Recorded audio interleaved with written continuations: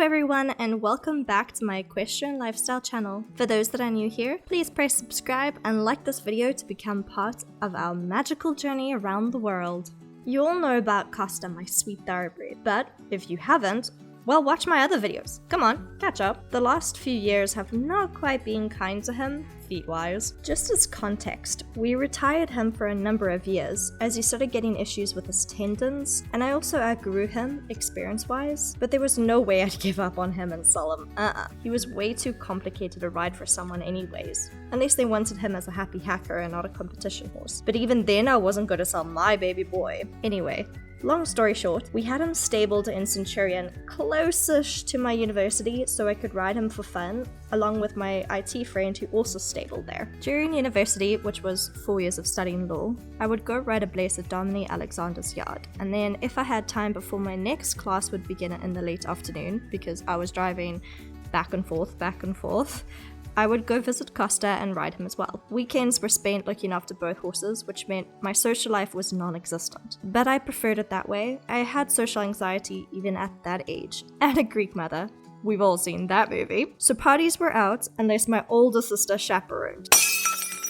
Yikes. Anyways, for a while it was going really well and Costa seemed to be enjoying his life, but eventually his healthy condition started to ebb and flow. Now, this video was taken a few weeks before we made the huge discovery about his feet, so you can see he actually struggled to strike off at a canter. It was during the rainy season that I actually noticed something was wrong with his feet, so I immediately called out the vet and we discovered that he had a really bad case of seedy toe.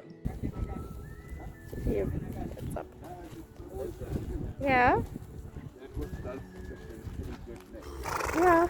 My decision to move him to a rehab facility closer to an under-country base was final, despite my dad not believing me that Costa was indeed not in good condition. Anyone with an experienced eye will be able to see that he is compensating for his front feet as he was uncomfortable to walk. But to keep the peace with my dad and also the stable manager who was right there, I just agreed with him and went along with it. Please do that again.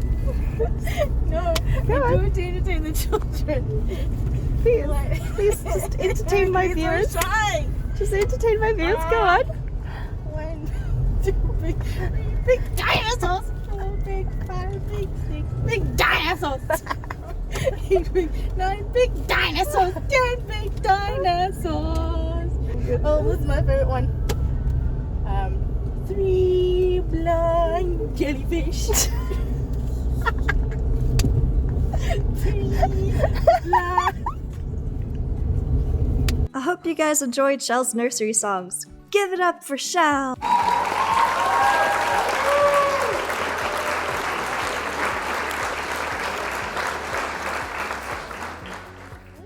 Anyways, back to the story. I was faced with the task of getting a rehab farrier, a chiro since he was compensating so much he injured his back and his legs, and also someone to help me fix his diet because something the previous yard was giving him, his gut seemed to be disagreeing with. They didn't even notice he was struggling to eat because his teeth were so bad.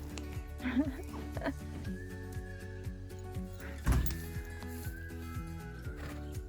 wonder if he's happy.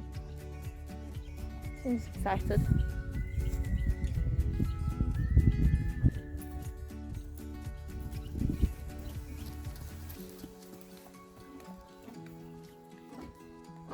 Costa settled in well after a day or two. He made lots of friends and even a girlfriend. Much older than him this time. He likes them young and naive. He got loads of love from Shell, Skippy and me every week, which helped his healing. I was able to visit him every day before going home from Ablesse. Our farrier managed to get rid of the seedy toe, very slowly over a few weeks.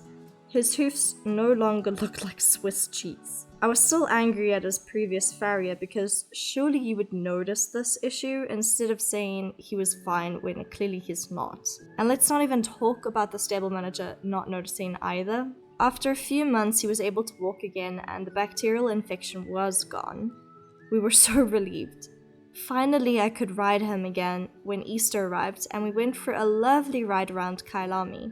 We had a festive tea and cupcakes afterwards with the yard owner, Jenny Wortel. He enjoyed outrides to visit Ablesse at an under-country base, living partly outdoor with an open stable, still tried to eat the chicken in his paddocks, and he even helped Abby's friend learn to ride.